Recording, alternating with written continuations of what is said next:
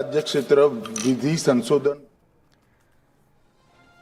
So నియోజకవర్గాల పునర్విభజన ప్రక్రియ రాజకీయంగా ఎంత కీలకమో అంతే వివాదాస్పదంగా కూడా మారింది. జనాభా నియంత్రణను సమర్థవంతంగా అమలు చేసిన ఆంధ్రప్రదేశ్, తెలంగాణ, తమిళనాడు వంటి రాష్ట్రాలు జనాభా ప్రాతిపదికన సీట్లు పెంచితే ఉత్తరాది రాష్ట్రాలతో పోలిస్తే తమ ప్రాధాన్యం తగ్గుతుందేమోనని ఆందోళన పడుతున్నాయి. ఎంపీల సంఖ్య పెరగడం వల్ల నియోజకవర్గాల పరిధి తగ్గి ప్రజలకు పాలన మరింత చేరువవుతుందని కేంద్రం భావిస్తుంది. సో కేంద్రం ఏ రకంగా వెళ్ళబోతోంది? 50% సీట్లు పెంచుతాయంటే పెంచబోతున్నాం అనేది చెబుతున్నప్పటికీ కూడా మరి బిల్లులు ఎగ్జాక్ట్గా 50% పెంచబోతున్న ఓవరాల్గా ఉన్నటువంటి 543 స్థానాల్లో యాజ్ ఇట్ ఈజ్గా 50% పెంచుతామని కేంద్రం చెబుతున్నప్పటికీ కూడా బిల్లులో మరి అవి పూర్తిగా పొందుపరచబడి ఉన్నాయా లేదా అనేది కూడా ఇంకొంత క్లారిటీ రావాల్సి ఉంది. సో 50% పెంచితే ఓవరాల్ 50% పెంచితే ఎట్లా అంటే సంఖ్య మాత్రమే ఆధారంగా తీసుకుంటారా, లేదంటే ప్రతి రాష్ట్రంలో 50% పెంచుతారా? ఓవరాల్గా ఉన్నటువంటి 543 స్థానాల నుంచి 50% పెరిగితే గనక అంటే 815 అవుతాయి. తర్వాత కేంద్రపాలిత ప్రాంతాల్లో 35 అంటున్నారు కాబట్టి 815 ప్లస్ 35 ఈ రెండు కలిపితే అప్పుడు 850కి చేరుతుంది నెంబర్.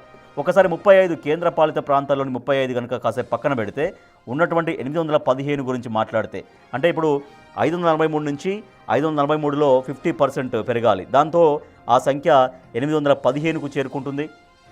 ఆ 815లో ఆ పెరిగినటువంటి 50% కేవలం నెంబర్ అంటే ఆ నెంబర్ ఆ 50% ఎక్కడైనా పెంచుకుంటుందా కేంద్రం, లేదంటే ప్రతి రాష్ట్రంలో 50% పెంచుతుందా? సో ప్రతి రాష్ట్రంలో 50% పెంచితే ఓవరాల్గా 50% పెరిగినట్టే. కానీ అట్లా ప్రతి రాష్ట్రంలో 50% పెంచుతుందా, లేకపోతే ఆ సంఖ్యను వాళ్లకు అనుగుణంగా ఎక్కడైనా అడ్జస్ట్ చేస్తుందా? కేంద్రం ఎట్లా ముందుకు వెళ్ళబోతుంది అనే దానిపైన స్టిల్ ఇంకా ఒక ఉత్కంఠ అయితే కొనసాగుతోంది. దక్షిణాది రాష్ట్రాలు దీనిపైన తీవ్రంగా అభ్యంతరం వ్యక్తం చేస్తున్నాయి. జనాభా ప్రాతిపదికన గనక సీట్ల సంఖ్య పెంచితే ఇప్పటికే ఉన్నటువంటి అనేక రాష్ట్రాలు ఉత్తర భారతదేశంలోని అనేక రాష్ట్రాలు ఇంకా లబ్ధి పొందే అవకాశం ఉంటుంది. కానీ ఎట్ ద సేమ్ టైం దక్షిణాది రాష్ట్రాల విషయానికి వస్తే ఇబ్బందులు పడే అవకాశం ఉంటుంది. నార్త్ బలం మరింతగా పెరిగిపోతుంది. ఇప్పటికే నార్త్ సౌత్ అనేటువంటి ఒక స్పష్టమైన ఒక తేడా అనేది కనిపిస్తుంది. నిధుల విషయంలో కావచ్చు, కొన్ని ముఖ్యమైనటువంటి పోర్టుపోలియోల విషయంలో కావచ్చు అనేది ఎప్పటి నుంచో ఈ వాయిస్ అనేది వస్తుంది సౌత్ ఇండియా నుంచి. అట్లా ఇంకా మరింతగా బలం కోల్పోతే ఎట్లా అనేటువంటి అనేక అభ్యంతరాలు అయితే వ్యక్తమవుతున్నాయి. సో మనం చూస్తున్నాం ఇటీవల ఆంధ్రప్రదేశ్ ముఖ్యమంత్రి చంద్రబాబు నాయుడు జనాభా పెంచాలి, ఎక్కువగా పిల్లల్ని కనండి అని కూడా చెప్తున్నటువంటి పరిస్థితి. సో ఇటువంటి అంశాల ఆధారంగానే ఎందుకంటే మంది ఎక్కువగా ఉంటే, జనం ఎక్కువగా ఉంటే బలం ఎక్కువగా ఉంటుందనేది ఒక సహజమైనటువంటి ఒక లాజిక్. కాబట్టి ఏపీ సీఎం చంద్రబాబు పదే పదే కొన్ని మీటింగ్స్లో ఆయన అప్పీల్ చేస్తున్నారు.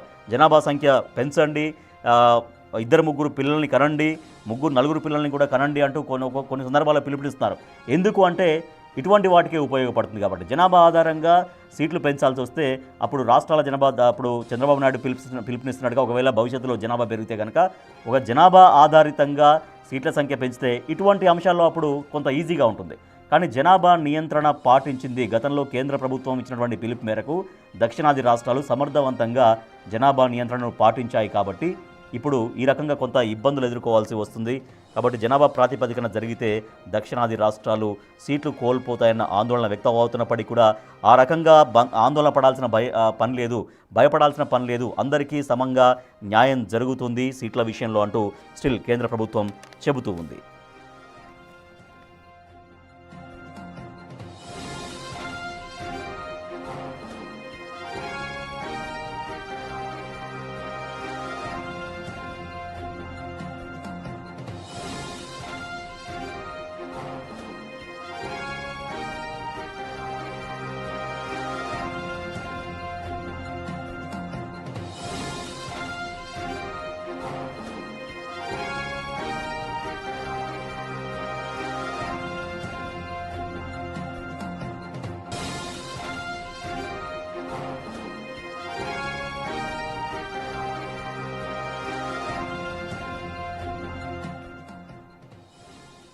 సో 131వ రాజ్యాంగ సవరణ బిల్లుకు సంబంధించి దానిపైన చర్చ చేపట్టడం పైన ఓటింగ్ జరిగింది.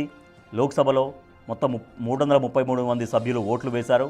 దాంట్లో అనుకూలంగా 207 మంది సభ్యులు అనుకూలంగా ఓటు వేస్తే 126 మంది వ్యతిరేకంగా ఓటు వేశారు. సో ఈ బిల్లును ఈ జరుగుతున్నటువంటి ఈ ప్రాసెస్ని విపక్షాలు తీవ్రంగా వ్యతిరేకిస్తున్నాయి. ఈ డీలిమిటేషన్ ప్రక్రియను కాంగ్రెస్ పార్టీ తీవ్రంగా వ్యతిరేకిస్తోంది. కాంగ్రెస్తో పాటుగా మరికొన్ని పక్షాలు, వామపక్షాలు కావచ్చు, మరికొన్ని పక్షాలు తీవ్రంగా దీన్ని వ్యతిరేకిస్తున్నాయి. So K C Venugopal, Congress party senior నేత కేసీ వేణుగోపాల్ మాట్లాడారు. ఈ బిల్లును పూర్తిగా కాంగ్రెస్ పార్టీ వ్యతిరేకిస్తున్నట్టుగా. తర్వాత ఎంఐఎం ఎంపీ అసదుద్దీన్ ఓవైసీ కూడా మాట్లాడారు. వాళ్ళు ఏం మాట్లాడారో ఒకసారి చూద్దాం. This actually is a fundamental, this bill is completely a fundamental attack on Indian federal structure, sir. So what exactly the intention of the introduction of the bill? This is what the entire country is now watching. Last 2023, Lok Sabha and Rajya Sabha, the Parliament passed a bill ensuring 33% women reservation in the Parliament and Vidhan Sabha.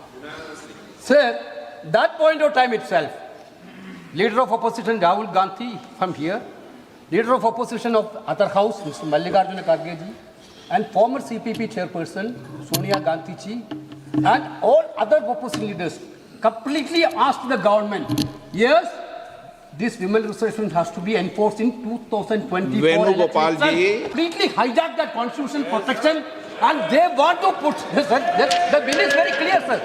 The bill, the age of women reservation, why don't you implement in 2024 election?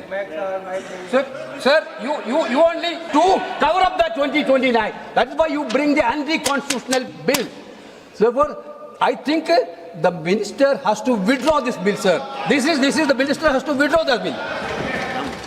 मैं पहले ही सदन को बता दूं, Introduction of this constitutional amendment bill, because it was